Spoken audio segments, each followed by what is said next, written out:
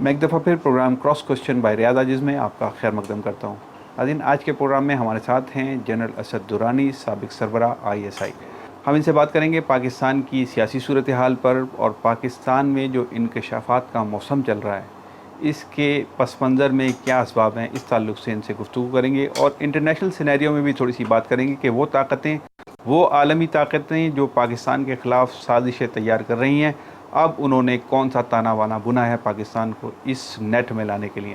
السلام علیکم جنرل صاحب. وعلیکم السلام. گفتگو کا آغاز ہم کرتے ہیں اس بیان سے وزیر اعظم کے کہ جو آج ہے تمام اخبارات میں کہ سیاستدانوں کو بدنام کرنے کے لیے ایک سازش تیار کی گئی ہے اور اس ایجنڈے پر عمل ہو رہا ہے. کتنی سچائی ہے اس بات میں؟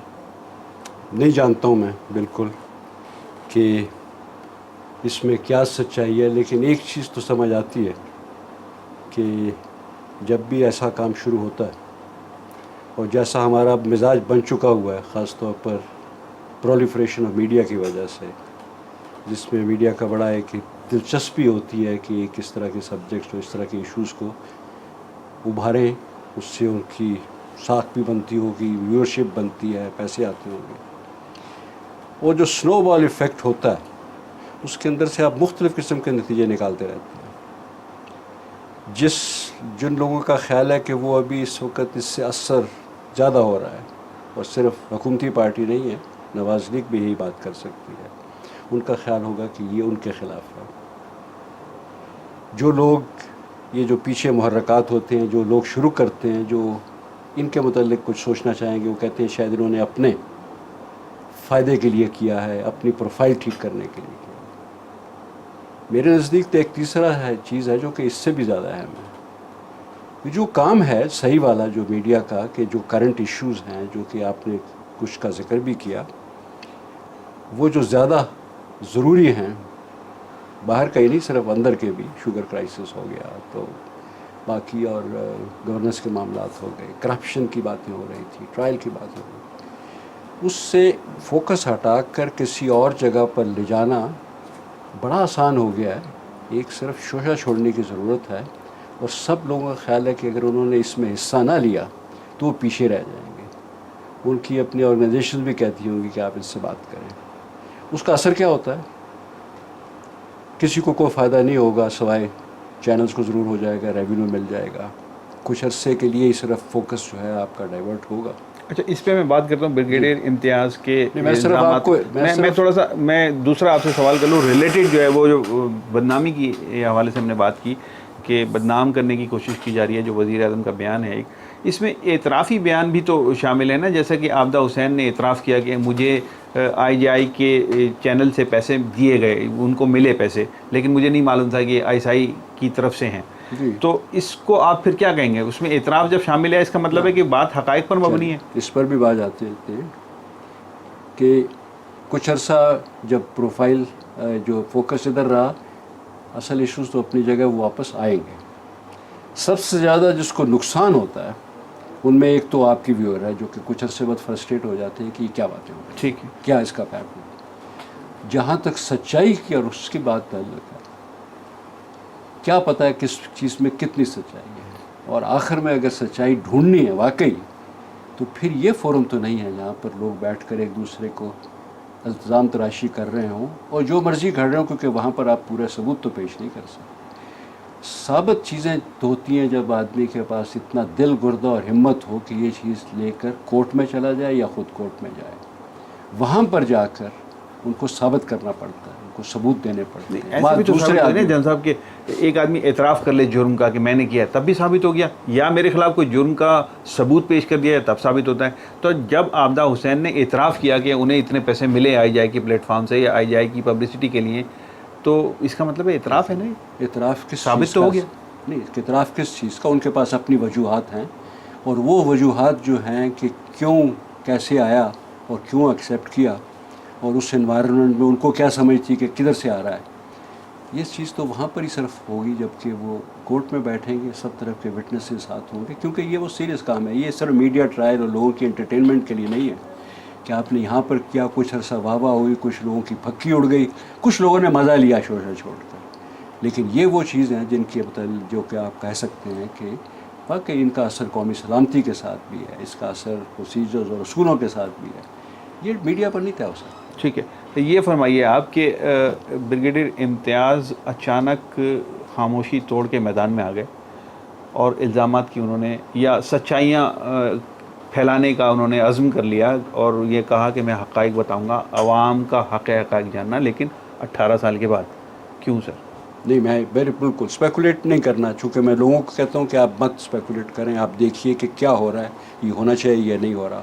انہوں نے کسی وجہ سے بھی کیا، ذاتی ایجنڈا ہے کوئی ان کے پاس انکشافات ہیں، طریقے تو بہت ہوتے ہیں نا کہ واقعی اگر ان کے پاس اتنے سیریس قسم کی چیز ہو پھر تو ان کو کورٹ میں جانا ہے، لے جانا ہے ساری چیزیں لے کر۔ میڈیا ٹرائل جو ہے اس میں سوائے اس کے کہ کوئی شریف آدمی جو ہے اس کے پاس بھی ایک مجبوری ہے، اس کے خلاف آپ چارج لگائیں گے تو وہ یا تو آ جائے گا یہ سوچتے ہوئے کہ میں نہ گیا تو لوگ کہیں گے بھاگ گیا ہے، تو اگر کہیں اور جانے کی کوشش کرے کہ ابھی میں ان کو عدالت میں لے کر جاتا ہوں تو اس کو پتہ ہے کہ 10-15 سال وہ وہاں پر خوار ہوگا۔ ابھی یہ جو آپ نے بریگیڈیئر امتیاز والی بات کی ہے، اس میں میرا یہی اینگل ہے بالکل کہ اگر کسی نے ایسا کیا ہے تو سب سے پہلی ذمہ داری بنتی ہے میڈیا کی کہ جنہوں نے انکشافات کیے ہیں وہ پہلے ان کے ساتھ ذرا تھوڑی سی بات چیت کریں، کراس ایگزامن ان کو کریں کہ آپ کہاں سے لے کر آئیں، کیسے لے کر آئیں، یا اس وقت اس کا کیا اثر ہوگا، اور اس کو اسی دائرے میں رکھیں، اسی لمٹس میں رکھیں جو کہ ہونا چاہیے کہ 18 سال پہلے کا اگر ایک قصہ تھا اور کورٹ میں بھی گیا یا نہیں گیا، یا جیسے ابھی وہ MQM کے ریٹ والی بات تھی، تو اس کی ایک جگہ ہے پرانی چیز کی، وہ میڈیا کے اوپر اور سب چینلز کے اوپر چھا نہیں جانا چاہیے، لیکن یہاں پر جو ریٹ ریس لگتی ہے کہ میڈیا والے بھی ایک دوسرے سے کمپیٹ کر رہے ہیں کہ اگر وہ اگلی چینل والا جو ان سے فلانے کو بلا گیا تو میں نے بھی اس سے بڑے کو بلانا ہے، اور وہ جو لوگ آتے ہیں جن کو آپ بلاتے ہیں فنکار سمجھ کر، ان کا بھی یہی ہوتا ہے کہ آج ہم ٹی وی پر جا رہے ہیں، ذرا ایک دوسرے سے بڑھ کر وہاں پر اگر تماشا ہو جائے، دھماکہ ہو جائے تو آئندہ کے لیے بھی چل پڑے گی، اور لوگ کہیں گے بھائی بڑا شیر کا آدمی ہے، کیا زبردست اس نے پھکیاں دی دوسرے کو اور سمجھا دیا۔ آرام سے بات کرنے والا جو ہے، جو زیادہ سبسٹنس بات کر رہا ہو، وہ کچھ آئیڈیلس کو پسند آئے گا، کچھ لوگ جو ان سے ہیں جو کہ مزے لینے والے ہیں ان کو نہیں پسند آتا۔ ٹھیک ہے، یہ فرمائیے کہ بریگیڈیئر امتیاز جو یہ کہتے رہے ہیں کہ میں نے انکشاف یہ پہلی دفعہ نہیں کیا، انہوں نے کہا کہ 8 سال پہلے بھی میں نے یہ کہا تھا، لیکن کھر صاحب کے اوپر جو ٹریٹر کا الزام یعنی غداری کا الزام انہوں نے لگایا، اس میں انہوں نے کوٹ کیا تہمینہ کی کتاب کو، اور اس کے علاوہ کے ایم عارف کو، جنرل کے ایم عارف کی کتاب کو کوٹ کیا کہ اس میں جو بہت عرصے پہلے لکھ دی گئی تھیں، میں آج یہ باتیں کر رہا ہوں، اس میں بھی ثبوت موجود ہیں، اور انہوں نے بھی سازش کا، لندن سازش کا ذکر کیا ہے، تو اس سلسلے میں کیا کہیں گے آپ؟ میں نے پہلے بتایا آپ کو کہ میں بالکل جب تک صحیح والے ثبوت نہ ملیں تو اس کے اوپر کبھی نہیں کرتا۔ اخبار کی خبر کو بیسس بنانا بالکل غلط ہے، کیونکہ اکثر خبریں غلط نکلتی ہیں۔ کتابیں اپنے ایک خاص اینگل سے لکھی جاتی ہیں، بالکل کوئی ضروری نہیں ہے کہ 100% سچ ہو، ایک آدمی کا یا ایک خاتون کا اپنا ایک اینگل ہوتا ہے۔ اپنے تجربے کی روز میں یہ کہہ سکتا ہوں کہ میں نے آج تک کسی شخص کو یا کسی آرگنائزیشن کو میں یہاں اس سٹیج پر نہیں پہنچا جہاں کہہ سکوں کہ یہ غدار ہے۔ مجھے میرے نزدیک سارے پاکستانی، سارے گروپ محب الوطن ہیں، ان کا اپنا اینگل ضرور ہے، وہ آپ سے مجھ سے اختلاف کر سکتے ہیں، اور میرے پاس مثال ہیں جی۔ ہم نے بعض دفعہ کہا گیا سرکار نے، جب جیسے کشمیر کا معاملہ شروع ہوا تھا 1990 میں، تو محترمہ پرائم منسٹر تھی، میں ہیڈ آف دی MI تھا، انہوں نے کہا MI والے، ISI والے، فارن آفس والے پولیٹیشنز کو بریفنگ دی، ہر پولیٹیشین کو بریفنگ دی، اور خاص طور پر یہ جن کے متعلق عام طور پر خیال ہوتا ہے کہ یہ GS سندھ ہے، یہ بلوچستان لبریشن ہے، یہ پتہ نہیں کون اور قسم کی ایجنسی ہے، یہ ملک دشمن ہے، فلانے ہیں، پختونخوا، کوئی ایسا شخص، کوئی ایسی خاتون ہم نے نہیں دیکھی جس نے کہ بریفنگ کے بعد ہمیں یہ نہ کہا، اور بعد میں بھی ہم نے دیکھا آپ نے جو کہا ہے یہ ہمارے لیے ہمارے پاس ہی رہے گا، آپ نے اعتماد لیا اور اعتماد کو ہم برقرار رکھیں۔ ایک دو تو ان سے بھی اچھے نکلے، انہوں نے کہا جی آپ ہمیں زیادہ چیزیں بتائیں مت، کوئی پتہ نہیں ہے، ہم آخر انسان ہیں، کسی وقت غلطی سے نکل جاتی ہے بات، تو ہمیں چاہیے بھی نہیں۔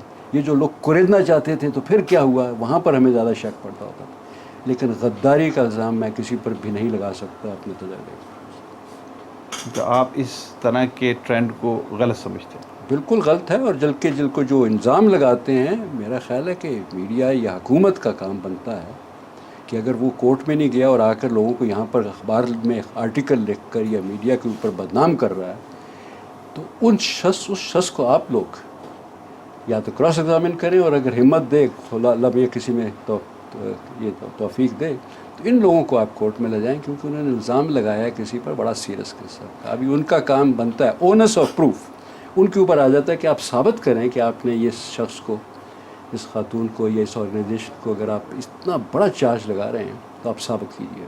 بغیر اس کے تو نہیں بات نہ نا، ورنہ تو بڑا آسان ہے، میں کہوں میں بڑا جی چونکہ میں عیسائی کا ڈر ہوں، میرے پاس ایسی چیزیں ہیں بتا نہیں سکتا ہوں، لیکن بتا دیتا ہوں آپ کو فلانا فلانا بڑا بدماش ہے۔ ان بات اس آدمی کا تو بیچارے کا کافی مسئلہ ہو گیا۔ جنرل صاحب، آپ جنرل حمید گل اور ان کے بعد جنرل کلو، اس کے بعد آپ آئی ایس آئی کے سربراہ ہیں۔ جی یہ غالباً 91-92 کا دور ہے۔ جی، میں 90 اگست 90 میں گیا تھا اور 92 فروری مارچ تک رہا۔ اچھا، اس زمانے میں متحدہ قومی موومنٹ کے خلاف، یعنی اس وقت کی مہاجر قوم کے خلاف کراچی میں ایک آپریشن بھی چل رہا تھا، کیا کہتے ہیں اس آپریشن کے بارے میں آپ؟ صحیح تھا، یا جس طرح کی باتیں بریگیڈیئر امتیاز نے کی ہیں وہ صحیح ہیں، یا دوسرے اینڈ سے جو باتیں آ رہی ہیں وہ صحیح ہیں؟ آپریشن تو جب ہوا اس وقت تک تو میں چلا گیا ہوا تھا، لیکن یہ مجھے ایک بیک ضرور کہہ سکتا ہوں کہ میرا جو 3-3.5 سال کا یہاں کا تجربہ تھا ایم آئی اور آئی ایس آئی کا، ایم کیو ایم کے کچھ ایلیمنٹس کے خلاف شکایتیں تو بہت تھیں، کوئی ابھی میرا خیال میں اس میں کوئی راز بھی نہیں رہا۔ آرگنائزیشن کیسی ہے، سیکٹر کمانڈر ہیں تو سب سیکٹر کمانڈر ہیں، کچھ لوگ ہیں جو کہ جن کو آپ کہہ سکتے ہیں کہ یہ ان کے مسل مین ہیں، لوگوں سے بھتہ لیتے ہیں یا پریشرائز کرتے ہیں، بلیک میلنگ ہوتی ہے، لوٹنے ووٹنے کی کاروبار، یہ تو بہت عرصے سے چلتا تھا۔ اور یہ ایک چیزیں جو انفارمیشن تھی، یہ نہیں کہ فوج کے پاس صرف رہتی تھی، حکومتوں کے پاس بھی ہوتی تھی، پرائم منسٹر صاحب کے پاس، نواز شریف کے پاس، غلام اسحاق خان صاحب کو معلوم تھا کہ یہ ہو۔ آپریشن جب ہوا ہے، جو میں نے بتایا نا کہ وہ تو کچھ 6 مہینے بعد ہوا ہے، میں اس وقت آرمی میں ٹریننگ برانچ کو دیکھ رہا تھا، تو اس کی بیسس صرف یہ تھی کہ یہ جو ایسے جو گروپ ہیں جو کہ یہ لوگوں کو دباتے ہیں اور جو یہ کرتے ہیں، ورنہ وہاں پر کراچی کا حالات اسی لیے زیادہ خراب ہوتے ہیں، ان کے خلاف، اور یہ پرائم منسٹر صاحب کی اجازت سے ان کو معلوم تھا کہ یہ ہوتا ہے۔ ایسی صورت میں کوئی آپ کو کوئی وہاں پر اور کچھ نہیں ہے کہ کوئی آپ کو وٹنسز چاہیے، پرائم منسٹر نے کہہ دیا آرمی چیف کو آپ کریں، کافی ہوتا ہے یہ۔ اور کوئی جناپور والا والی بات واقعی کوئی نہیں تھی، کبھی ہم نے نہیں سنی۔ میں نے تو آپ کو پہلے بتایا کہ میں نے تو کوئی ایسی ملک کے خلاف پلاٹ نہیں دیکھے، ٹریٹر نہیں دیکھے، نہ مجھے پتا اس کے۔ بعد میں نے سنا کہ کہیں سے کوئی نقشے وقشے نکلے، صحیح ہیں غلط ہیں، وہ میں نہیں جانتا ہوں، صحیح جانتا نہیں۔ جب یہ آپریشن پھر رکوایا، بڑی جلدی رکوا دیا، تو اس وقت یہ فیصلہ جو تھا یہ بھی مل کر لیا گیا، اور یہ اس کانفرنس میں چونکہ جی ایچ کیو میں ہوئی، میں بھی وہاں پر تھا، غلام اسحاق خان صاحب چیئرمین تھے اور وزیر اعظم صاحب بھی تھے، چیف منسٹر یہ تھے مظفر علی شاہ جی، اور آرمی کے تو لوگ تھے ہی وہاں پر، ڈی جی آئی سے میں تھے۔ وہاں پر یہ ڈیسیژن لیا گیا کہ بس اس کو ابھی آپریشن کو ختم کر دینا چاہیے، کیونکہ اس کے جو مقاصد تھے یا پورے ہو گئے ہیں یا نہیں ہوئے، لیکن یہ سیاسی طور پر ابھی سسٹینیبل نہیں ہوگا، بس اتنی بات۔ اچھا، جتنی کلنگز کراچی میں ہوئی اس کے بارے میں کوئی نالج ہے آپ کی؟ یہ جی میں نے بالکل اس زمانے میں جوڈیشل کلنگ، جسے ایکسٹرا جوڈیشل کلنگ کا نام دیا گیا، اسے عمل کو آپ صحیح سمجھتے ہیں؟ نہیں، کبھی بھی نہیں۔ ایکسٹرا جوڈیشل کلنگ ضرور ہوتی ہے، ایجنسیز بھی کرتی ہے، ہماری صحیح بھی کر لیتی ہے۔ یہاں پر سوات کے آپریشن میں جو کہ اتنا زیادہ سب طرف سے جس کے متعلق تعریف ہوئی ہے، اس کے اندر بھی ایکسٹرا جوڈیشل کلنگز ہوئی ہیں، اور یہ پرانی ایک روایت ہے، فوج والے ہوں، پولیس والے ہوں، بعض دفعہ ان کے لیے ایسٹ پاکستان کی بڑی زبردست مثال ہے۔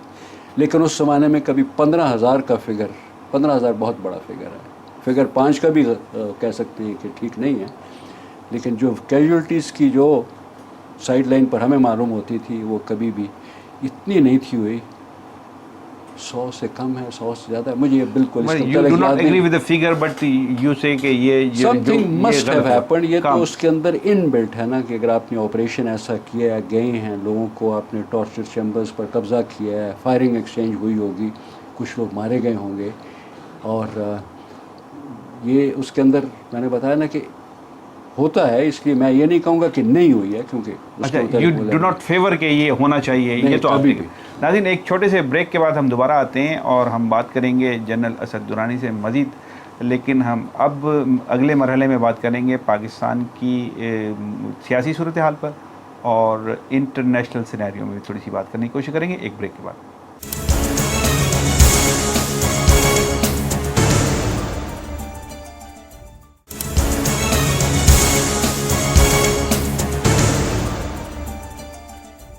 میں ایک دفعہ پھر پروگرام میں آپ سب کا خیر مقدم کرتا ہوں. ناظرین، پروگرام میں ہمارے ساتھ موجود ہیں آج جنرل اسد درانی، سابق سربراہ ISI. جنرل صاحب، یہ بتائیے آپ کہ جو اس وقت ملک میں صورتحال چل رہی ہے آپریشن کے حوالے سے، اگر میں سوات آپریشن کے حوالے سے بات کروں، اس سے کس حد تک آپ سیٹسفائی ہیں؟ کیا طالبان جو وہاں پہ بڑی طاقت کے طور پہ ابھر رہے تھے ان کو کنٹرول کر لیا گیا ہے، کیا جانا چاہیے؟ کیا رائے ہے آپ کی؟ یہ کہنا کہ جی بس ابھی فتنہ ختم ہو گیا، یہ تو ٹھیک نہیں ہے، کیونکہ جو انسرجنسیز ہیں اور کاؤنٹر انسرجنسیز ہیں وہ سالوں نہیں بلکہ دہائیوں میں، ڈیکیڈز میں جاتے ہیں. ہمارے ہاں صورتحال اس سے بھی زیادہ پیچیدہ ہے، کیونکہ کئی قسم کے گروپ ہیں وہاں پر. کچھ گروپ ہیں جو پاکستان کے خلاف نہیں ہیں، ان کا صرف ایک ہی ہے مقصد کہ وہ چونکہ افغانستان انڈر آکوپیشن ہے، وہاں ریزسٹنس ہو رہی ہے، یہ ان کے افغان طالبان کی مدد بھی کرنا چاہتے ہیں، اور ان کو جب اگر یہاں پر آئیں تو ان کو پناہ بھی دینا چاہتے ہیں. اس کے بعد دوسرا گروپ ہے جو کہ چونکہ ہم نے ملٹری ایکشن شروع کیا پہلے ٹرائبل ایریا میں 2004 میں 5 میں جب ہم فوج لے کر گئے تو کچھ ہمارے خلاف ہو گئے ٹرائبلس، کیونکہ ان کی بھی وہی تقریباً لاجک بنتی ہے کہ اگر آپ ہمارے خلاف کارروائی کریں گے، ہماری تو تاریخ ہے، ہمیں تو اس کا آپ کے خلاف پھر جدوجہد یا ریزسٹنس کرنی ہی کرنی ہے. لیکن یہ اس سے زیادہ جو خطرناک جو گروپس ہیں نا، وہ ہوتے ہیں جس کو کہا جاتا ہے کہ روگ گروپس، اور یہ ہمیشہ انسرجنسیز کے اندر پلانٹ کیے جاتے ہیں. عام طور پر کشمیر میں وہ کریں گی پلاٹ، انڈین سیکورٹی فورسز کریں گی. ہم نے اس پاکستان میں کچھ لوگوں کو استعمال کیا، مفتی بہنی دوسروں کے خلاف LTT بنائی انہوں نے. یہ گروپ پلانٹ کیے جاتے ہیں، ان کا کام بڑا فائدہ مند رہتا ہے جو لوگ اس کو کرتے ہیں، کیونکہ وہ آپ کو انفارمیشن بہتر دے سکتے ہیں، وہ لوگوں میں پینیٹریٹ کر کے ٹارگٹ کلنگ کر سکتے ہیں. اور سب سے بڑی بات یہ ہے کہ وہ ایسے کام کر سکتے ہیں جس سے جو جینوئن موومنٹ ہے، جس کی لوگوں کو سپورٹ بھی حاصل ہے، جیسے میں نے بتایا افغانستان کی لبریشن موومنٹ، وہ ڈسکریڈٹ ہوتی ہے. چوتھا گروپ وہ ہے جو کہ ہمارا اپنا ایجنڈا ہے، جس کا شریعت محمدی یہ جو تھی ان کی صوفی صاحب کی، ان کا ایک اپنا ایجنڈا تھا. انہوں نے موقع کا فائدہ اٹھا کے انہوں نے دوبارہ شروع کر دیا. کچھ ہیں بالکل پیٹی کرمنلز بھی ہوتے ہیں جو کہ خیبر وغیرہ اور ادھر آپریٹ کرتے ہوتے ہیں.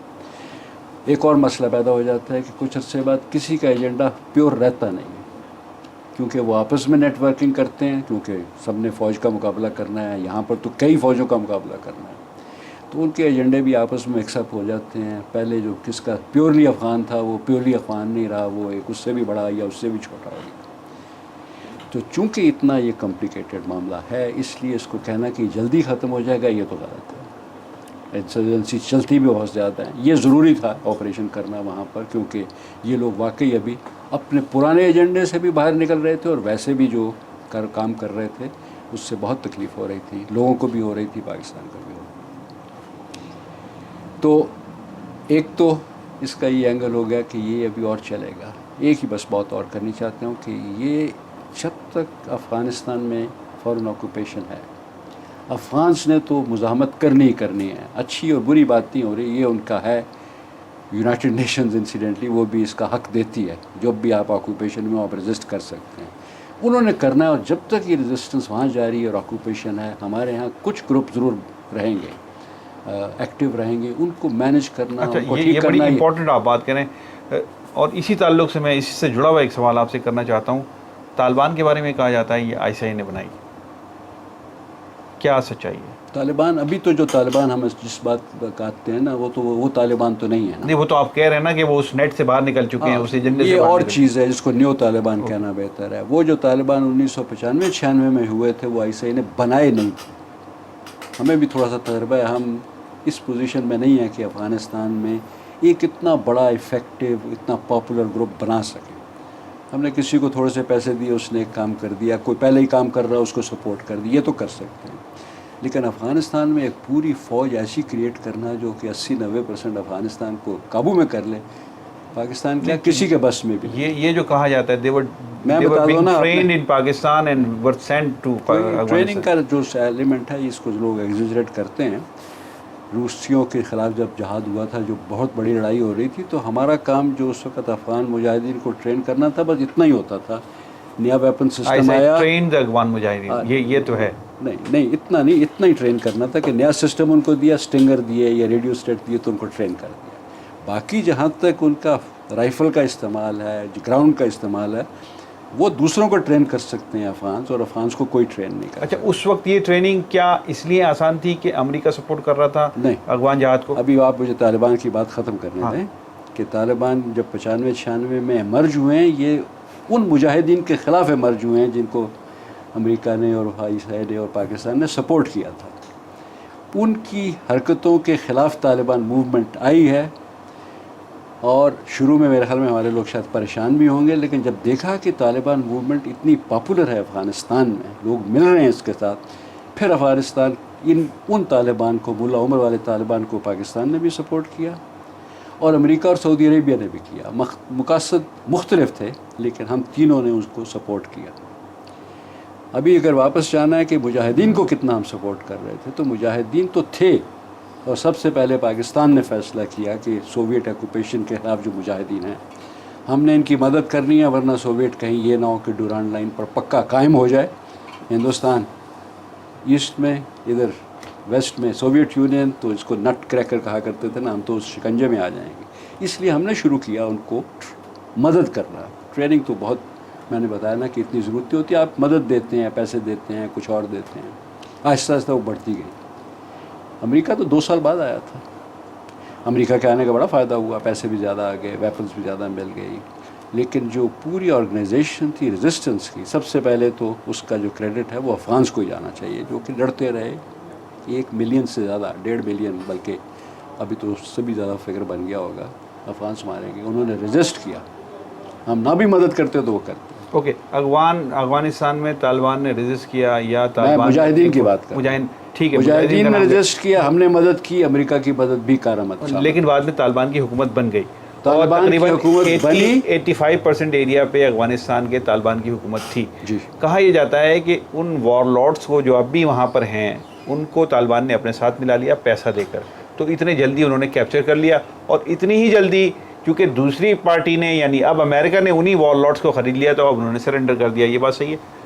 میری اپنی اسیسمنٹ میں جب طالبان جب ایکسپینڈ کر رہے تھے، تو اصل جو طریقہ تھا ان کی پاپولیرٹی کا وہ یہ تھا کہ جو لوگ تھے افغانز، وہ بھی مجاہدین سے اور باقی وار لارڈ سے تنگ آئے ہوئے تھے، اس لیے انہوں نے اس کو سپورٹ کیا. جب ان کی پاپولیرٹی بڑھی تو وہی پرانے مجاہدین کیا، بلکہ پرانے کمیونسٹ بھی جو تھے، جب انہوں نے دیکھا کہ مجاہدین کا اس وقت گراف بڑھا ہے، ان کا انفلوئنس پھیل گیا ہے، انہوں نے بھی داڑیاں واڑیاں رکھ کے ان کے ساتھ مل گئے. ٹینک وہی چلاتے تھے، ایئر کرافٹ وہی چلاتے تھے جو پرانے کمیونسٹ تھے. خلقی جو تھے پشتون کمیونسٹ، وہ بھی ان کے ساتھ مل گئے. پرانے فوجی، افغان فوجی بھی ان کے ساتھ مل گئے. اس طریقے سے یہ بنا ہے، اور یہ اس سٹیج پر پہنچی ہے. لیکن جب ریورسل ہوا ہے، ہاں ریورسل جب ہوا ہے تو اس میں جو امریکہ کی مدد کرنے والے ناردرن الائنس کے علاوہ ڈرگ لارڈز تھے، کیونکہ ڈرگ لارڈز کو بڑا نقصان ہوا تھا طالبان کی حکومت سے.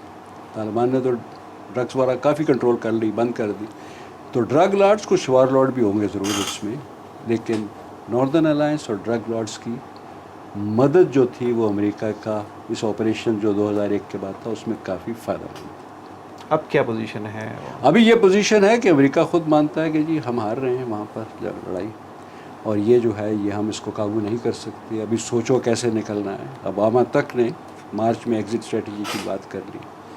وہ بنانے میں اس کے متعلق تو بہت ضرور لیکن ہو ان کے سکتا ہے. تھنک ٹینک کی طرف سے جو بات آ رہی ہے وہ یہ کہ چونکہ ہم اقوام متحدہ کی پرمیشن سے یہاں آئے ہیں تو we will not return this much think earlier. Tank کا اپنا کام ہوتا ہے، اور جہاں تک اقوام متحدہ کی پرمیشن کا تعلق ہے اس کو بھی بہرحال میں بعض دفعہ لوگ بہت زیادہ ایک وجہ بنا لیتے ہیں کہ اس کی وجہ سے لیگلائز یا لیجٹیمائز کرنے کی وجہ سے.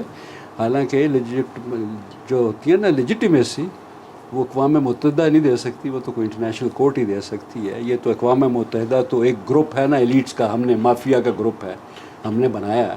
مافیا کہہ رہے ہیں؟ ہاں ہم اسٹیٹ مافیا جو ہیں انہوں نے بنایا ان کے فائدے کے لیے. اور جو ان میں سے جو بڑے ہیں، جو گرو ہیں، مافیا لارڈز جو ہیں، 4-5 ملک انہوں نے سیکورٹی کونسل بنا دی, ان کو آپ ٹچ نہیں کر سکتے کسی وجہ سے, ان کے خلاف آپ بات نہیں کر سکتے. تو پورا اسٹرکچر جو ہے, اسٹیٹ اسٹرکچر میں بھی پروٹیکشن ملتی ہے جو زیادہ طاقتور لوگ ہوتے ہیں نا, اسٹیبلشمنٹ جس کو ہم کہتے ہیں. لیکن اقوام متحدہ کے پورے اسٹرکچر کی بالکل ایک مافیا کی طرح ہے جس میں ایک خاص گروپ کو زیادہ پروٹیکشن ملتی ہے اپنی مدد کے لیے. اگر یہ جگہ افغانستان کی جگہ رشیا سے اگر یہ لوگ گئے ہوتے تو کبھی افغان متحدہ سیکورٹی کونسل یہ سینکشن نہ دیتی, لیکن انہوں نے بھی سینکشن صرف دی تھی کہ آپ یہ کریں. اوپن اینڈڈ وار کا نہیں تھا, کہا تھا کہ آپ شروع کرتے ہیں اس کے بعد چل سو چل جتنا مرضی آپ اس کے بعد رہیں وہاں پر. لیکن یہ چیزیں ابھی اتنی اہم نہیں رہیں. اہم چیز یہ ہے کہ کیا افغانستان میں جو کچھ ابھی 6-7-8 سال میں ہوا ہے اس سے امریکہ کی وہاں پر گرپس بہتر ہوگی یا کمزور ہوگی. ان کے جب اپنے لوگ اور خاص طور پر جو سرونگ جنرلز ہوں امریکہ کی اور برٹن کے کہنا شروع کر دیں انونیبل وار, تو اس کا مطلب ہے آپ ہار رہے ہیں. اس کا مطلب ہے کہ آپ کو نکلنا ہے یہاں سے. نکلنے کے طریقے چھوٹنے پڑیں گے. مجھے زیادہ فکر یہی ہے کہ افغانس تو اپنے ملک کا دفاع کر لیتے ہیں, بڑی ریزسٹنس ہے اور وہ تو لڑتے رہتے ہیں 10 سال ہوں 50 سال ہوں. اگر یہ فوکس وہاں افغانستان سے ادھر شفٹ ہو جائے پاکستان کی طرف, جیسے ابھی یہاں پر بات ہو رہی ہے نا, فورٹریس اسلام آباد بن رہا ہے اور 1000 مرین سے مجھے خطرہ نہیں ہے, لیکن اگر پوری چیز کا فوکس ادھر ہو جائے تو ہمارے ملک میں تو یہ ٹریڈیشن نہیں ہے کہ ہم فورن آکوپیشن کے خلاف اتنی لمبی چوڑا جہاد کریں, تجربہ. ٹھیک ہے, ہمارا میں اس پہ تھوڑی سی دیر میں بات کرتا ہوں. میں آپ سے یہ سوال اب ISI کے حوالے سے, چونکہ چیف رہے ہیں آپ اور انٹرویو کچھ پھیکا سا رہے گا اگر میں یہ سوال آپ سے نہ کروں. ISI کا جو پولیٹیکل ونگ ہے اس کا جواب سینکڑوں دفعہ دیا جا چکا ISI کے چیفز کی طرف سے, اور لیکن اس کے باوجود بھی میں آپ سے پوچھنا چاہتا ہوں. پولیٹیکل ونگ ہے ایک ISI کا, اس کا بڑا مطلب اس کو کنٹروورشل اس کو بنایا گیا. اب پولیٹیکل اینگل ابھی اگر ہے تو نہیں ہے, پولیٹیکل ونگ نہیں تھا, لیکن ISI پولیٹیکل رول لیا اور استعمال کیا, یہ تو بات صحیح ہے. آپ کو ونگ کی ضرورت نہیں ہے. اگر آپ فوج کی حکومت ہے یا سول حکومت ہے, آپ کو ایک پولیٹیکل ٹاسک دیا جائے اور ISI کا چیف وہ پولیٹیکل ٹاسک مان لے تو کئی طریقے ہیں کام کرنے کے. آپ کو ونگ کی ضرورت نہیں رہتی ہے. ایک انٹرنل ونگ ہے, اس کے پاس انفارمیشن تو ہوتی ہے. اچھا, یہ بتا دیجئے کہ ISI جو مختلف جماعتوں کو بناتی اور بگاڑتی اور توڑتی رہی, اس کی کیا ضرورت تھی ISI؟ کوئی ضرورت تو یہی ہے نا کہ میں نے بتایا کہ اگر فوج حکومت کر رہی ہے یا فوج نے کوئی کام کرنا ہے سیاسی, تو اس کے پاس جو سب سے اچھا ونگ ہے وہ ISI ہے. اگر سول حکومت ہے تو اس نے اگر کوئی سیاسی کام اس طرح کا کرنا ہے جس میں انٹیلیجنس کی انوالومنٹ ہے تو ان کے پاس IB بھی ہے, اسپیشل برانچ بھی چل رہی ہے, لیکن IB تو ہے نا. ضرورت کا جہاں تک تعلق ہے وہ تو یہ ہو گئی کہ انہوں کو چاہیے, یہ فائدہ کوئی نہیں ہوتا. جو چیز ہم بتانے کی کوشش کرتے ہیں وہ لوگ غور سے نہیں سنتے کہ جی فائدہ کبھی نہیں ہوا. آپ کو ٹیمپریریلی آپ نے ایک IGI بھی بنا لی ہوگی, آپ نے کوئی اور گروپ جو ان سے MQM بھی آخر ISI کی یا اس وقت کی فوجی حکومت کی پیداوار ہے نا. MQM آپ کہہ رہے ہیں ISI نے بنائی؟ اس کا تو کریڈٹ لیا جاتا ہے نا ضیاء الحق کے زمانے میں کہ ISI نے MQM وہاں پر کریٹ کی تاکہ پیپلز پارٹی کے خلاف ایک اچھی فورس بنے. یہ لیا گیا کریڈٹ. آپ نے نون لیگ مسلم لیگ نون کو کس نے بنایا؟ مسلم لیگ نون تو نہیں, مطلب اس وقت نون نہیں تھی, وہ مسلم لیگ نواز شریف والی مسلم اس لیگ. لحاظ سے چونکہ اتنے عرصہ فوج نے بھی حکومت کی, ہر پارٹی پیپلز پارٹی اور مسلم لیگ اور نون اور کیو اور ہر ایک چیز کا ایک جگہ جا کر رابطہ ملتا ہے کسی فوج کی حکومت کے ساتھ یا فوج کے آدمی کے ساتھ کہ جی جنرل جیلانی نے پتہ نہیں شریف فیملی کے پاس گئے اور بھٹو صاحب کو ایوب خان نے چنا اور نکالا. تو اس طرح سے آپ بنائیں گے تو وہ پہنچ جاتے ہیں. اس کا مطلب یہ ہو گیا کہ طاقت کا مرکز اصل میں ایجنسیز یا فوج ہے. نہیں, طاقت کا مقصد مرکز کوئی نہیں ہے. دیکھیں آپ نے ابھی کہا کہ ان کا کنیکشن کہیں نہ کہیں جا کے کسی جنرل سے یا کسی فوجی سے مل جاتا ہے, سارے رہنماؤں کا, سارے لیڈروں. لیکن آپ نے جو میں کہنا چاہتا ہوں وہ نہیں آپ نے سنا. جی وہ کہنا یہ چاہتا ہوں کہ آخر میں آ کر جنہوں نے بھی بنایا ان کو کبھی کوئی فائدہ نہیں ہوا. نہیں, کوشچن یہ نہیں کہ فائدہ ہوا کہ نہیں ہوا, لیکن یہ کام کیا تو جا رہا ہے اور کیا جاتا رہا ہے ماضی میں, یہ تو ہے نا. یہ بعض دفعہ تو بائی ڈیزائن کیا نا, بعض دفعہ تو بائی ڈیزائن کر. جیسے کہ آج ہی بیان ہے نواز شریف والوں کا کہ یہ پریزیڈنٹ ہاؤس کے سے ان کے خلاف ایک کمپین چلائی جا رہی ہے. دوسری بات انہوں نے کی کہ آئی بی کو استعمال کیا, یعنی آئی بی بھی ان کے خلاف کمپین چلا رہی ہے, اور یہ نون لیگ والوں کا غالباً نواز شریف صاحب وہ تو میں مان لیتا ہوں نا کہ جی ایسے ہوتا رہا ہے, ہوتا ہے. فوج جو ہے وہ آئی کو استعمال کی, سول جو ہے وہ آئی بی کو کرتی ہے, یہ تو ہے. لیکن میں اس لیے کہنا چاہتا ہوں, آپ مخالفت کرتے ہیں اس کی, آپ یہ اس کو صحیح نہیں سمجھتے. ایک تو خیر اصولاً غلط ہے, لیکن دوسری بات یہ ہے, میں اس لیے بھی, لوگ تو اصول کی بات تو کو کہتے ہیں نا, غور نہیں کرتا جی, چونکہ اگر پارٹیاں نہیں بننا ہی ایسے ہے تو پھر اصول کے پیچھے کیا کرنا ہے. میں جو کہنا چاہتا ہوں کہ بنانے والوں کو اس کا نقصان اس لیے ہوگا کہ جب وہ پارٹی بن جاتی ہے اور جب وہ اپنا ایک ڈائنامکس شروع ہو جاتا ہے, ان کو ووٹ ملتے ہیں, ان کی فالوئنگ ہوتی ہے, تو پھر وہ ہمیشہ کے لیے آپ کا تو تابع دار بچہ جمہورہ بن کے تو نہیں کام کرنا چاہتی ہے نا, کہ جی جی ایچ کیو سے حکم آئے گا یا پریزیڈنسی سے حکم آئے گا تو پھر ہوگا. وہ پھر ان کے پاس اپنی ایک جان ہوتی ہے, جو کہتے ہیں نا, they acquire a life of their own, اور وہ اس طرح پڑھتی ہیں. اور عام طور پر یہ بھی بڑا پرانا, جو کہ نہ فوج نے نہ سول نے یہ سبق سیکھا نہیں ہے, لیکن ماضی کا سبق بھی ہے, کنگ میکرز جو ہوتے ہیں ان کو ختم کرنا, ان کو ایلیمنیٹ کرنا. جو بھی, جس کو بھی آپ نے بنایا ہے کنگ, اس کا کام, پہلا کام یہی ہے کہ کنگ میکر کا کیا کریں, جس نے مجھے یہاں بٹھایا ہے اس کو میں کیسے فارغ کروں. تو یہ سارے اگر سبق سیکھ کر آدمی, یہ لوگ اس طرح کے کام نہ کریں تو شاید بہتر رہے ان کے لیے بھی.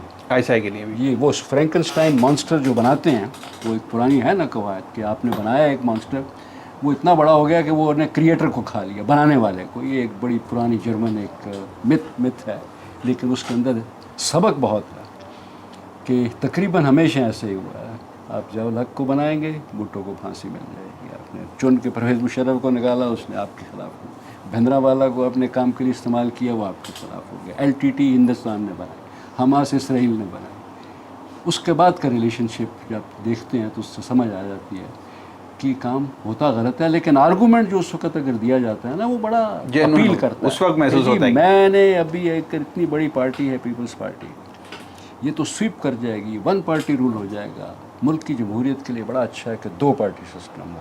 دوسری پارٹی جو سی ہے وہ ہم بنائیں گے, اور وہ ہے IGI. تو یہ تو بڑا آرگومنٹ تو بہت اچھا ہے. تو یہ جنرل حمید گل کا آئیڈیا تھا, اور اس سے آپ جس کا بھی آئیڈیا ہے, وہ کہتے ہیں شاید کہ ان کا آئیڈیا نہیں تھا, لیکن انہوں نے بنایا. اسحاق خان کا, لیکن جس کا بھی آئیڈیا تھا, یہ اس وقت آرگومنٹ بالکل 88 کے بعد, جب ریاض جا کے پلین کے بعد جب یہ آرگومنٹ دیا جاتا تھا, وہ کہتے تھے کہ اچھا بھائی, ملک کی جو واقعی مستقبل کے لیے 2 اچھی پارٹیز تو بڑی اچھی. اچھا, کیا یہ ISI کچھ اینٹی اسٹیٹ ایلیمنٹس بھی کریٹ کرتی ہے اپنی ہی ود ان پریمیسز میں, جیسے کہ GS جیسی فورسز, جیسے کہ بلوچستان میں کچھ اینٹی اسٹیٹ تحریکیں چل رہی ہیں, اس طرح کی فورسز کو بھی اینٹی سپورٹ کرتی ہے؟ اسٹیٹ کوئی ایسی تاریخ, میں نے تو پہلے بتا دیا کہ مجھے تو کوئی تاریخ اینٹی اسٹیٹ نہیں لگی. GS کو کیا کہتے ہیں آپ؟ نہیں, کوئی میں ان کو نہیں ہے, ان کا دے آر ایک, against the geographical position of Pakistan. مجھے نہیں پتا ان کا اپنا اس طرح کا ایجنڈا, وہ بعض دفعہ ان کو پیش کرتے ہیں, وہ بھی کریں گے. بلوچ لبریشن کے کچھ ایلیمنٹس کریں گے کہ ہمیں بھی نہیں چاہیے. GM سید اتنا بڑا اگر وہ مسلم لیگی تھا, اور آخر میں بعد میں کہا کہ یہ آئیڈیا اچھا نہیں تھا, تو اس سے مطلب یہ تو نہیں کہ وہ اینٹی اسٹیٹ ہو گیا. اس کا مطلب صرف یہ ہے کہ وہ لوگوں کو ہم نے اتنا زیادہ خراب کیا ہے, جو ان سے, جو ان کے جو کہتے ہیں نا کہ صحیح معنی میں جینون جو ان کے اسپریشنز تھے, اگر وہ فلفل نہیں کیے, اور تو کسی اسٹیج پر وہ کہتے ہوں کہ یار ہم نے تو بڑی محنت کی تھی اس ملک کے لیے, آپ نے ہمارے بنگالیوں نے اسی لیے کہا نا کہ جی سب سے زیادہ تو سپورٹ وہاں پر تھی پاکستان کی. ایک بریک کے بعد میں آ جاؤں, اور یہیں سے بات ہم دوبارہ شروع کریں. ناظرین, ایک چھوٹے سے بریک کے بعد ہم دوبارہ آتے ہیں اور بات کو یہیں سے شروع کریں.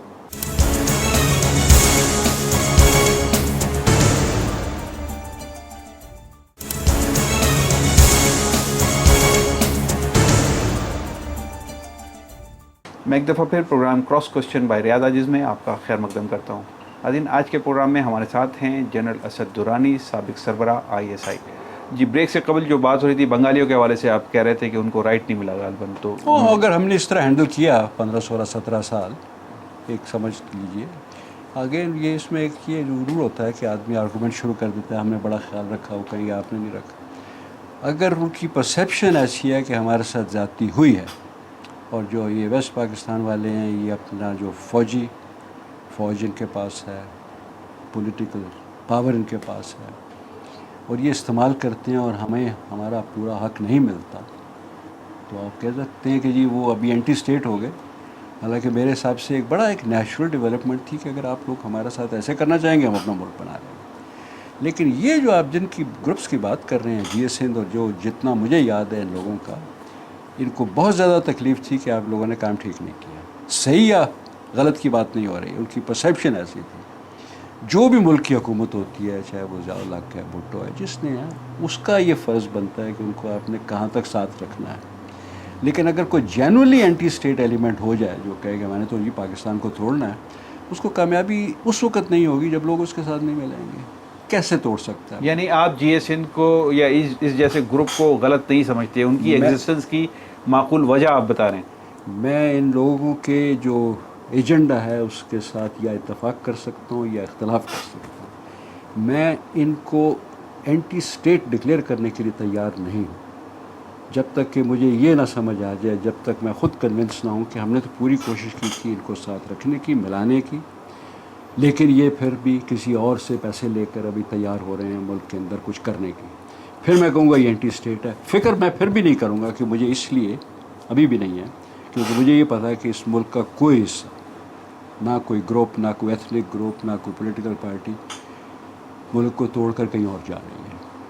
وہ بائی ڈیفالٹ ان کو یہاں رہنا پڑتا ہے، نہ کوئی اور باہر والا ان کو ایکسیپٹ کر رہا ہے. کوئی بلوچستان کو ایرانی اور پانی تو نہیں ایکسیپٹ کر رہا ہے.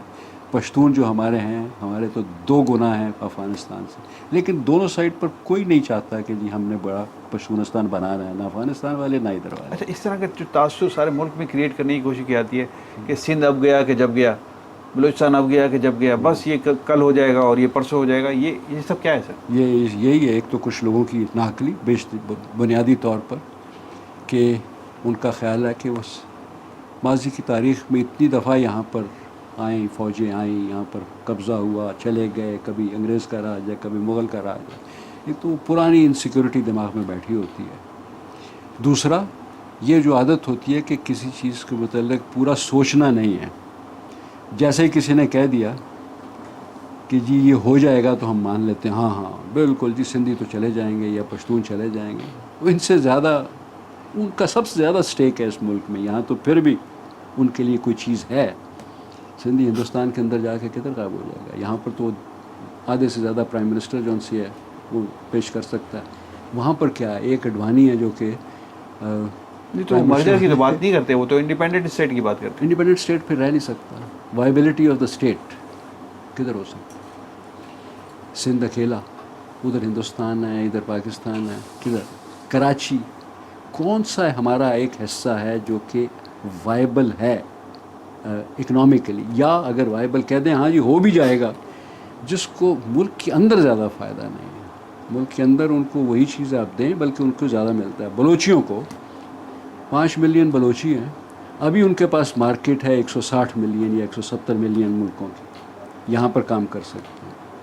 علیحدہ ہو جائیں گے تو ان کے پاس صرف وہ ریگستان رہ گیا جہاں پر انہوں نے یا شاید کوئی کان وان نکال لیں، ورنہ عام طور پر بکریاں چار نکال جاتا ہے. تو ان کے لیے زیادہ وہاں اپرچونیٹی تو جو یہاں پر نیچرل ہے. ریسورسز ہیں وہ تو بہت زیادہ ہیں نا. اور ڈیولپ کون کرے گا؟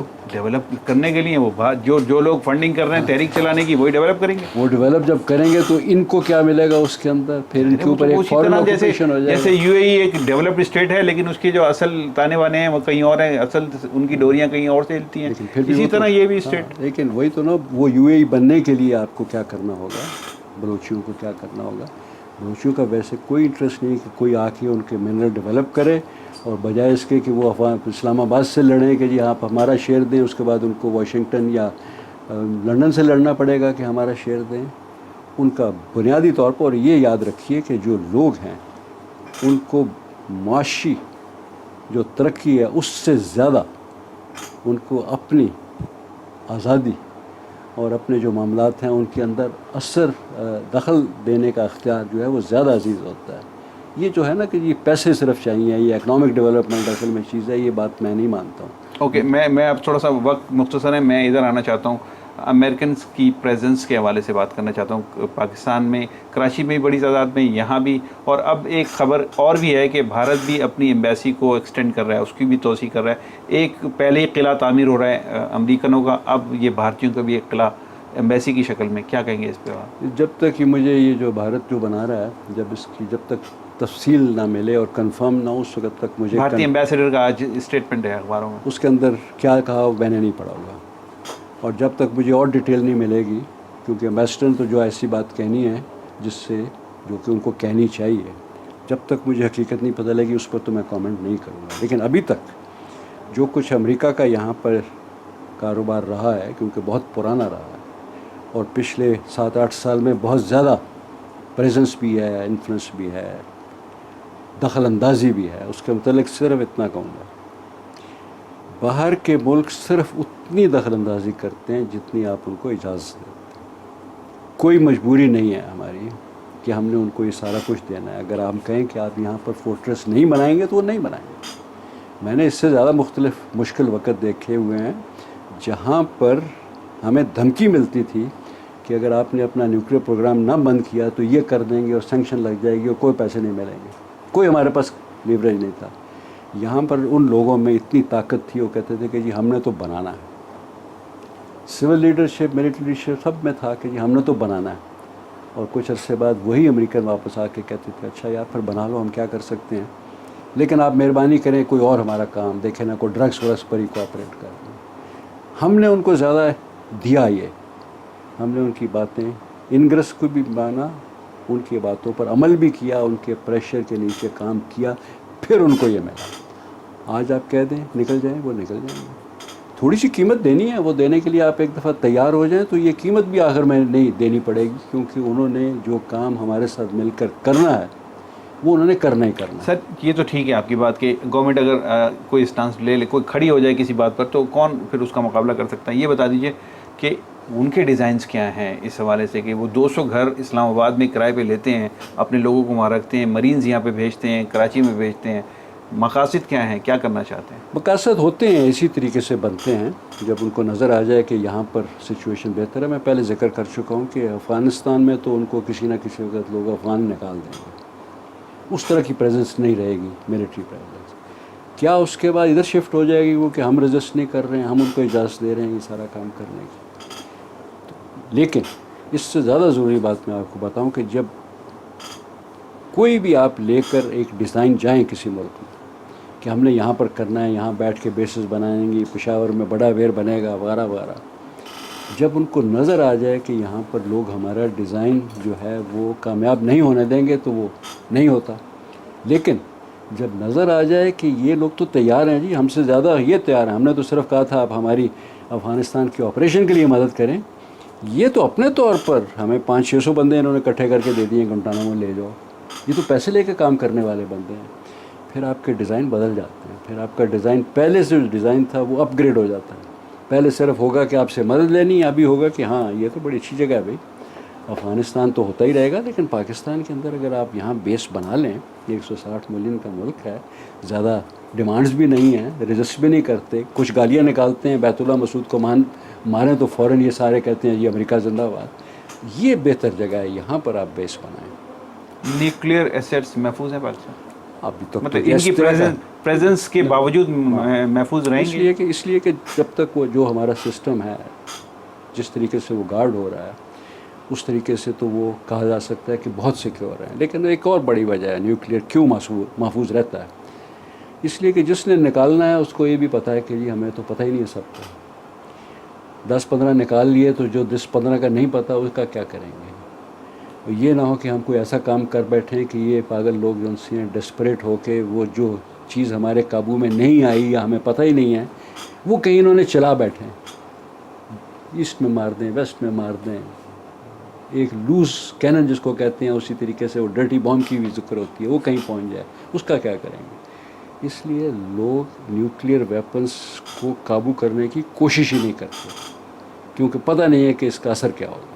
کوشش کرتے ہیں کنٹین رہے، جگہ سٹیبل رہے، لوگوں کو اس کا موقع نہ ملے، یہ اس کا ہوتا ہے. میرا نہیں خیال کہ وہ 1000 میرین کی بات ہو رہی ہے، 1000 کی بات کر رہے ہیں. میں کہتا ہوں 50,000 آدمی ہو جائیں تو ان کے لیے بھی یہاں پر آپریشن کرنا اس طرح کا ایک ہوسٹائل انوائرمنٹ میں کسی اور ملک میں اپنی جگہ سے اتنی دور جا کر ایسی چیزوں پر قبضہ کرنا جو کہ بڑی اچھی طریقے سے ڈیفینڈ ہوئی ہوئی ہیں، جن کا پتہ بھی نہیں لگتا کہ کہاں کہاں پر ہیں، کوئی آپریشن اس طرح کا اچھا، اٹیمپٹ ہی نہیں کرے. امریکن جو اس طرح کی خبریں چلواتے ہیں، میں امریکن براہ راست نام لے کے کہہ رہا ہوں اس لیے کہ پوری یقین کے ساتھ کہہ رہا ہوں کہ اس طرح کی خبریں چلاتے ہیں کہ طالبان کے ہاتھ کسی وقت بھی ایٹمی اثاثے لگ جائیں گے، اور اب بہت اسلام آباد سے قریب ہیں، اور اب وہ 400 کلومیٹر دور رہے گا، وہ 300 کلومیٹر. کیا مقاصد ہوتے ہیں ان ہاں، خبروں کے؟ مقاصد اسی لیے ہوتا ہے کہ جب وہ اس طرح کا کریں گے اور ان کو پتہ لگے یہ اصل میں ہمارا ٹیسٹ ہے. اور کمزوری بھی ہے، میں پہلے اپنی کمزوری کی بات کرتا ہوں، کیونکہ ہم لوگ فوراً جیسے ہی کوئی اسٹیٹمنٹ دیتا ہے، امریکنوں کی بات کر رہے ہیں، ہم نے کوئی ان کا چھوٹا سا کوئی ڈسٹرکٹ، وہ پتہ نہیں کون سا جج تھا جس نے کہہ دیا تھا کہ پاکستانی کو کیا ہے، یہ تو اپنی ساس مدر ان لا کو بھی بیچ دیتے ہیں. تو یہاں پر لوگ ریئیکٹ کرتے ہیں اور یہاں شور پڑ جاتا ہے اور یہاں ڈیمونسٹریشن ہو جاتی ہیں، تو یہاں لوگوں کے یہاں تہلکہ مچ جاتا ہے. امریکہ نے کہہ دیا، پتہ نہیں کیا ہو جائے گا.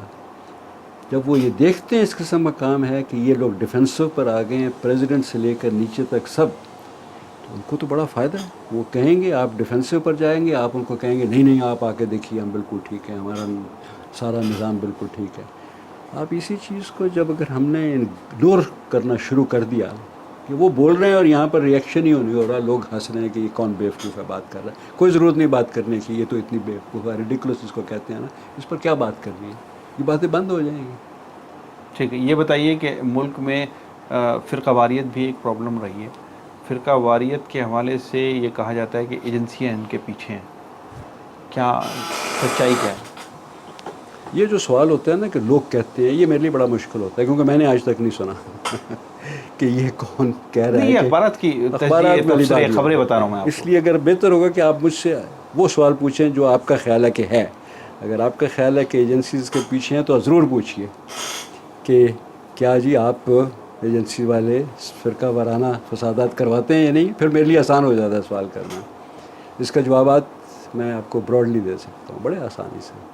ہمارے ہاں کوئی آرگنائزیشن ایسی نہیں ہے جو کہ صرف فرقہ واریت کی بنا پر بنی ہوئی ہے کہ عیسائی میں جی شیعہ کوئی نہیں آئے گا. عیسائی کے ہیڈز بھی شیعہ رہے ہوئے ہیں. میں خود تھا اس وقت، بڑے بڑے اچھے زبردست ہمارے اسٹار بریگیڈیئرز شیعہ حضرات تھے.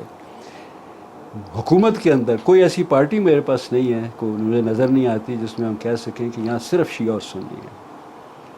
تو ان لوگوں کے لیے یہ فرقہ وارانہ بیس کے اوپر ایک پلان بنانا تو بڑا مشکل ہے.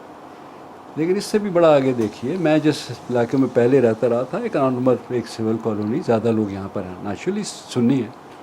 اگر کوئی شیعہ صاحب تھے، آ کر انہوں نے گھر بنایا، سب سے پہلا کام انہوں نے کیا کہ گھر کی جب ابھی تک انہوں نے صرف سٹرکچر بنایا، اوپر ایک کالا جھنڈا لگا دیا. انہیں کوئی خطرہ نہیں تھا اپنے ہمسایوں سے کہ جی جب دیکھیں گے کہ یہ شیعہ صاحب کا گھر ہے تو کچھ ہو جائے گا. انہوں نے اپنا جھنڈا لگا دیا. لوگوں نے ان کو شاہ صاحب کہنا شروع کر دیا. تو لوگوں کے طرف پر اگر یہ ایسا کوئی ہے نہیں ہے، ایسا وہ جذبات نہیں ہیں، تو کوئی اور کتنا کر لے گا اس کے متعلق. تو خیر اپنی ایجنسیز تو بڑی بیوقوف ہوں گی جو یہ کوشش بھی کریں جن کے اندر لوگوں کی سپورٹ بھی نہیں ہے. لیکن جو جس فرقہ واریت کی آپ بات کرتے ہیں وہ گروپس ہوتے ہیں جن کو ہم کہا کرتے ہیں فرنج گروپ ہیں، یا بعض وقت سپلنٹر گروپ بن جاتے ہیں. ایران میں ریولوشن آیا، سب سے زیادہ جب اس وقت لوگوں کو پتہ لگا تو ایک جو سب سے پہلی جو جماعت یہاں بنی تھی ملک میں، وہ ایک سنی جماعت تھی، سپاہی صحابہ ٹائپ کو. اس کے ریئیکشن میں شیعوں کی جماعت بن گئی. یہ پولیٹیکل موومنٹس ہوتی ہیں اور کچھ کے اندر اس کے بعد ملیٹنٹ گروپ ان کے اندر بن جاتے ہیں. جب وہ یہ جو مدر پارٹی نے فیصلہ کرتی ہیں نہیں یہ تو بڑی گڑبڑ ہے، ہم نے تو ایک دوسرے سے نہیں لڑتا، تو پھر ایک ان کے آگے جنگ بھی بن گیا، کوئی اور بن گیا.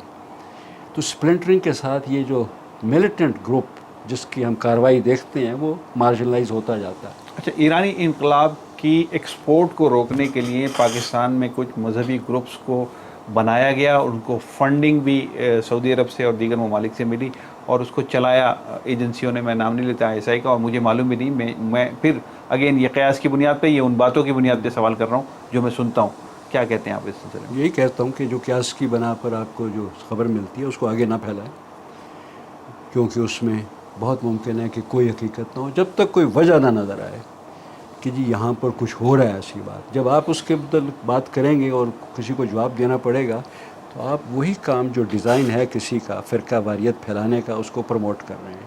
لیکن جینون سوال ضرور پوچھا جا سکتا ہے، کیا کوئی ایسا گروپ ہے جس کو فنڈنگ ہو رہی ہے شیعوں کے خلاف؟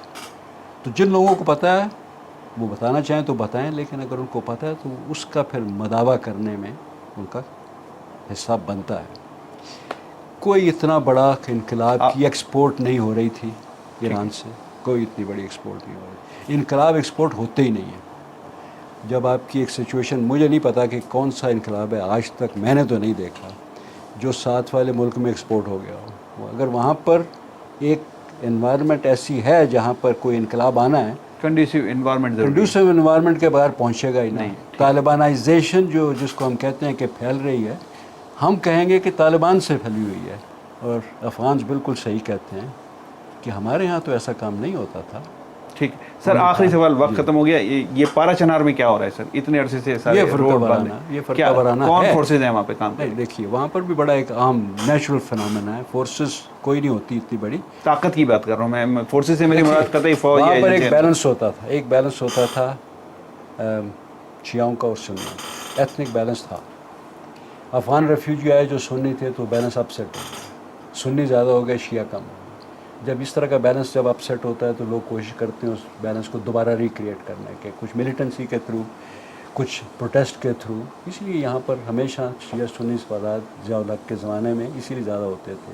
عارف الحسینی ایلیمنیٹ ہو گیا تو شیعوں نے ایکٹ کر لیا، ضیاء الحق ہوا تو سنیوں نے اس کے فائدہ اٹھانے کی کوشش کی ہوگی۔ تو یہ وہ ڈیولپمنٹ ہے جو کہ اس وجہ سے ہوتی ہے، اور جب ہو رہی ہوتی ہے تو پھر فورسز جو آپ کہہ رہے ہیں نا، وہ پھر اس کو کوشش کرتے ہیں اس کو استعمال کرنے کی۔